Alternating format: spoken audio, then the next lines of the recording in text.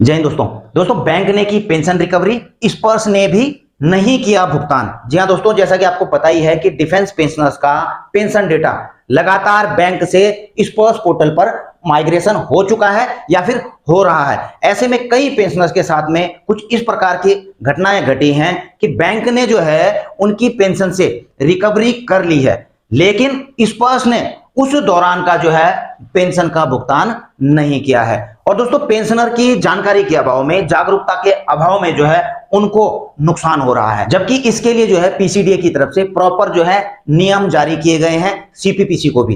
तो दोस्तों, क्या है यह पूरा मामला, किस प्रकार से इसका निपटान होगा और इसके लिए क्या नियम बनाए गए हैं, क्या इंस्ट्रक्शन दिए गए हैं पीसीडीए की तरफ से, वो सारी की सारी आज की वीडियो में बताऊंगा। सबसे पहले दोस्तों मैं आपको केस बताता हूं, मामला बताता हूं। तो दोस्तों, एक पेंशनर हैं, उनके बेटे ने जो है यह पूरा मामला मुझसे फोन करके कांटेक्ट करके यह पूरा मामला बताया है। और यह मामला क्या है पहले आप इसको समझिए, उसके बाद जो है मैं आपको आगे की कहानी बताऊंगा।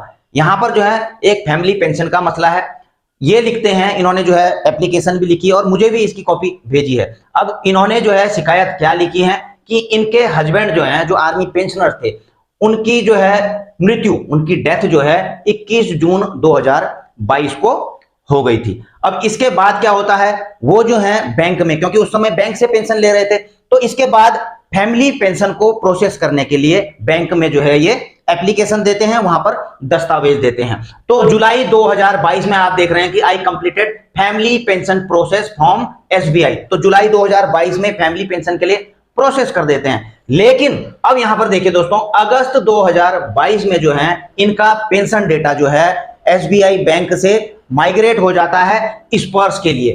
ठीक है, अब जैसे ही स्पर्श के लिए माइग्रेशन हो जाता है, अब क्योंकि इन्होंने जुलाई 2022 में बैंक को डेथ की रिपोर्टिंग की थी और फैमिली पेंशन प्रोसेस की थी, लेकिन जो है जून और जुलाई की पेंशन जो है बैंक के द्वारा उनके खाते में डाल दी गई होती है। लेकिन जैसे ही जो है अगस्त में स्पर्श में माइग्रेशन होता है, तो बैंक जो है, आपको पता ही है कि 21 जून को जो है पेंशनर की, जो सर्विस पेंशनर थे, उनकी डेथ हो गई थी। इसलिए जो है बैंक जून और जुलाई को जो उन्होंने पेमेंट की थी पेंशन की, उसको जो है एक्सेस पेंशन के नाम पर जो है इसको रिकवर कर दिया जाता है। और यही प्रोसेस भी है और वही बैंक ने भी किया। और यह कितना अमाउंट किया दोस्तों, 56,814 रुपए। अब इसमें एक चीज देखिए दोस्तों, इन्होंने फैमिली पेंशन के लिए बैंक से प्रोसेस तो कर दिया था, लेकिन बैंक से इस दौरान उनकी फैमिली पेंशन जो है डिसबर्स होना शुरू नहीं हुई थी, स्टार्ट नहीं हुई थी। लेकिन अचानक जो है अगस्त में इनका माइग्रेशन हो जाता है। माइग्रेशन होने के बाद जो है स्पर्श में पूरी कार्रवाई की जाती है और फरवरी 2023 में जो है स्पर्श के द्वारा जो है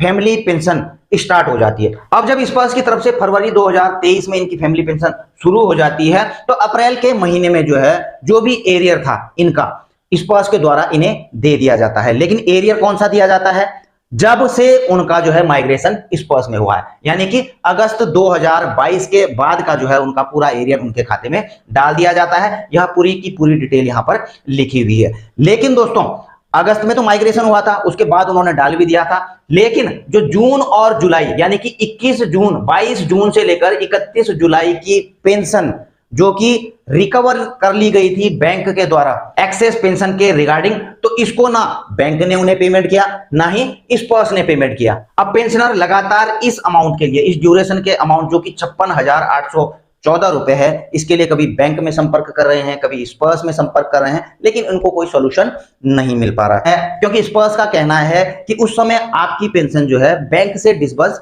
हो रही थी, इसलिए उस अमाउंट को जो है बैंक पेमेंट करेगा। लेकिन जो है बैंक ने क्या किया है, बैंक ने बिल्कुल स्टेटमेंट दे दी है कि देखिए उस समय का जो पीरियड का जो पेंशन थी, हमने उसको एक्सेस पेमेंट के नाम पर रिकवर कर लिया है। हम आपको जो है यह स्टेटमेंट देते हैं कि 56,814 रुपए हमने रिकवर कर लिया है। और इन्होंने बिल्कुल प्रॉपर तरीके से मोहर लगाकर भी यह सारी चीजें दे दी हैं कि इसको स्पर्श को भेजिए, स्पर्श आपकी पेंशन जो है इस दौरान की रिलीज करेगा। अब इन्होंने अंततः जो है सीपी ग्राम में यह सारा का सारा जो है मामला डाल दिया। और सीपी ग्राम में भी आप देख रहे होंगे इनका जो है ग्रीवेंस स्टेटस अभी पेंडिंग आ रहा है, क्योंकि इन्होंने जो है 7 जुलाई 2023 को यह मामला डाला था। इसमें थोड़ा टाइम लगेगा, लेकिन यह सॉर्ट आउट भी हो जाएगा। और सॉर्ट आउट कैसे कैसे होगा उसका विश्लेषण भी मैं करके आपको बताऊंगा। लेकिन दोस्तों इसका आखिर नियम क्या है, आप देख रहे हैं दोस्तों, इस पर मैंने पहले एक वीडियो भी बनाई थी सर्कुलर नंबर 228 पर, पीसीडीए के सर्कुलर नंबर 228 पर 19 जुलाई 2023 का जो है यह सर्कुलर है। और procedure for obtaining no objection certificate to withdraw the amount from pension account, इस पर मेरी प्रॉपर एक वीडियो बनाई हुई है। और दोस्तों इस प्रकार के मामलों में यहां पर पूरे इंस्ट्रक्शन दिए गए हैं सीपीपीसी के लिए। आप देख रहे हैं मैनेजर सीपीपीसी के लिए यह भेजा गया है, और इसमें दोस्तों सीधा और साफ जो है इंस्ट्रक्शन दिए गए हैं कि यदि जो है किसी पेंशनर की डेथ हो जाती है, उनकी फैमिली पेंशन ने शुरू होना है, तो आपको जो है पीसीडीए से कोई इंस्ट्रक्शन लेने की जरूरत नहीं है, कि इनकी जो है कोई एनओसी लेने की जरूरत नहीं है कि इनकी फैमिली पेंशन शुरू कर दी जाए, या फिर जितना उनको जो है एक्सेस पेमेंट दे दी जा चुकी है उसको रिकवर किया जाए। ऐसा यहां पर लिखा गया है कि जो फैमिली पेंशनर हैं उनके बाद के, उनको वह दे दी जाए। तो मतलब अगर पेंशनर के अकाउंट में उनकी डेथ के बाद भी जो है उनकी पेंशन क्रेडिट कर दी गई है, तो जो उनके फैमिली पेंशनर हैं उनको कोई दिक्कत नहीं आनी चाहिए इसको निकालने में, क्योंकि जब फैमिली पेंशन शुरू की जाएगी तो उसके बाद जो है यहां अमाउंट एडजस्ट कर लिया जाएगा, यानी कि जो भी एक्सेस पेमेंट होगा उनकी फैमिली पेंशन जब शुरू होगी तो उसमें एडजस्ट कर लिया जाएगा। तो ये इंस्ट्रक्शंस बैंकों को दिए गए थे। अब इस केस में क्या हुआ, इसका थोड़ा उल्टा हुआ कि बैंक ने जो है वो पूरी अमाउंट जो है रिकवर कर ली। लेकिन दोस्तों इसके रिगार्डिंग मैंने इनको कहा भी था कि क्या आपने जो है यह 228 नंबर का सर्कुलर बैंक में दिखाया है, तो इन्होंने बोला मैंने जो है यह सर्कुलर दिखाया है, लेकिन बैंक का कहना है कि आपका केस जो है जुलाई 2022 का है, जबकि यह लेटर जो है जुलाई 2023 का है। और बैंक का कहना भी बिल्कुल सही है, क्योंकि जो इंस्ट्रक्शन जारी हुए हैं 1 साल बाद हुए हैं, तो उससे पहले जो बैंकों की कार्रवाई होती थी वो उन्होंने की है। अब ऐसे में जो है इनको जो है उस ड्यूरेशन की फैमिली पेंशन कैसे मिलेगी, तो इसके दोस्तों जो मैंने एक एनालाइज किया है, जो इसका सॉल्यूशन होगा वो इस प्रकार से होगा। देखिए इन्होंने इसके सॉल्यूशन के लिए देखिए, और 100% सॉल्यूशन होगा, ठीक है। तो एक तो जो है इन्होंने सीपी ग्राम को डाल ही दिया है कंप्लेंट, सीपीपीसी को भी जो है इन्होंने आरटीआई डाली है इसके रिगार्डिंग, और बिल्कुल सही किया है। अब इसके आगे दोस्तों थोड़ा इसमें करस्पॉन्डेंस में समय लगता है, लेकिन जो है सॉल्यूशन जरूर मिल जाएगा। और सॉल्यूशन दोस्तों 2 प्रकार से मिल सकता है। पहला तो PCDA can ask due drawn certificate statement and spurs pay accordingly, ठीक है ना। तो पीसीडीए हो सकता है दोस्तों कि सीपीपीसी से पेंशनर का ड्यू ड्रॉन स्टेटमेंट मांगे कि आपने इनको जो है कब तक और कितनी पेंशन दी है।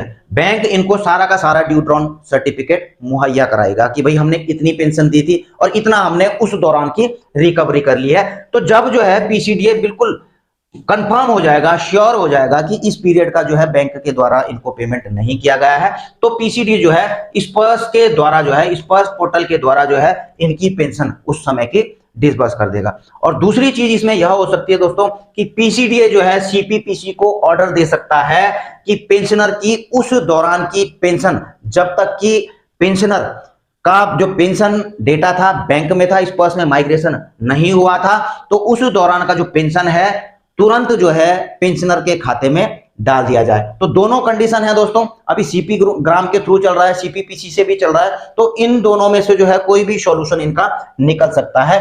लेकिन दोस्तों सबसे बड़ी बात यह है जागरूक रहना और जानकार रहना। अगर जो है आप चुपचाप बैठ जाएंगे, कुछ आगे कार्रवाई नहीं करेंगे, तो दोस्तों बहुत मुश्किल हो जाएगा इन चीजों का। इसलिए दोस्तों मैं हमेशा कहता हूं जागरूक रहिए, जानकार बनिए। अब देखिए जब इन्होंने पूरा कैलकुलेशन किया कि स्पर्श ने हमको कितनी पेंशन दी है, पूरा उसका डेटा निकाला, तो इन्होंने खुद ही वहां पर पा लिया कि हमको जो है इतना जो है अभी कम मिला है, जितना कि जो है बैंक के द्वारा इसको रिकवर किया गया था। तो इन्होंने जो है पूरी कार्रवाई शुरू कर दी। देखिए दोस्तों थोड़ा परेशानी हो सकती है, कुछ इसमें समय भी लग सकता है, लेकिन जो उस समय का अमाउंट है आपको 100% मिलेगा। लेकिन आपको कार्रवाइयां करनी है, आप जो भी कंप्लेंट डालते हैं उनको फॉलो अप करना है, और जो भी रिप्लाई आते हैं उनके अकॉर्डिंग जो है आगे कार्रवाई करनी है। और इन फ्यूचर दोस्तों अगर किसी के साथ इस प्रकार की घटना घटती है, तो आप जो है बैंक में इस प्रकार से जो है जो ये पीसीडीए का सर्कुलर नंबर 228 है उनको दिखा सकते हैं। इसी जानकारी के साथ अपनी वीडियो यहीं पर समाप्त करता हूं। जल्द मिलेंगे नई वीडियो में नई जानकारी के साथ। जय हिंद, वंदे मातरम।